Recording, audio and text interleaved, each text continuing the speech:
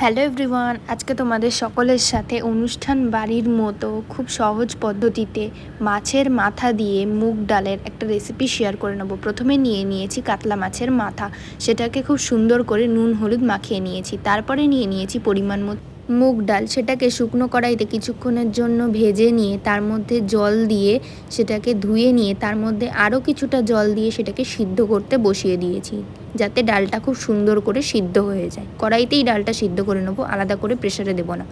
তারপরে আরেকটা কড়াইতে সর্ষের তেল দিয়ে সেই নুন হলুদ মাখিয়ে রাখা মাছগুলো সুন্দর করে চাপা দিয়ে ভেজে নিয়েছি।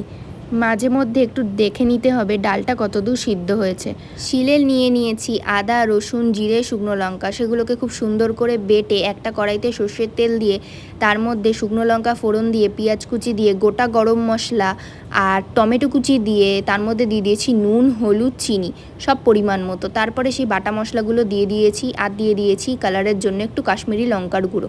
তারপরে সেটাকে খুব সুন্দর করে কষিয়ে নিয়ে সেই সিদ্ধ করা মুগের ডালটা তার মধ্যে দিয়ে দিয়েছি, দিয়ে কিছুক্ষণের জন্য নেড়ে নিয়েছি। আর যতটা পরিমাণ ডাল হবে সেই অনুযায়ী জল দিয়ে তার মধ্যে আরও একটুখানি চিনি দিয়ে কিছুক্ষণ ফোটার পরে সেই ভেজে রাখা মাছের মাথাটা পিস পিস করে দিয়ে দিয়েছি, কারণ গোটা তো দেয়া যাবে না, সেই জন্য ছোটো ছোটো পিস পিস করে দিয়ে দিয়েছি। তারপরে চাপা দিয়ে বেশ কিছুক্ষণের জন্য ফুটিয়ে নেব। যেহেতু এই মাছের মাথা দিয়ে ডাল হয়েছিল সেই জন্য সাথে করেও নিয়েছিলাম বেগুন ভাজা। আর লাস্টে যখন দেখব ডালটা প্রায় ফুটে উঠেছে তখন নামানোর আগে দিয়ে দেব এই সানরাইজের বিরিয়ানি মশলাটা।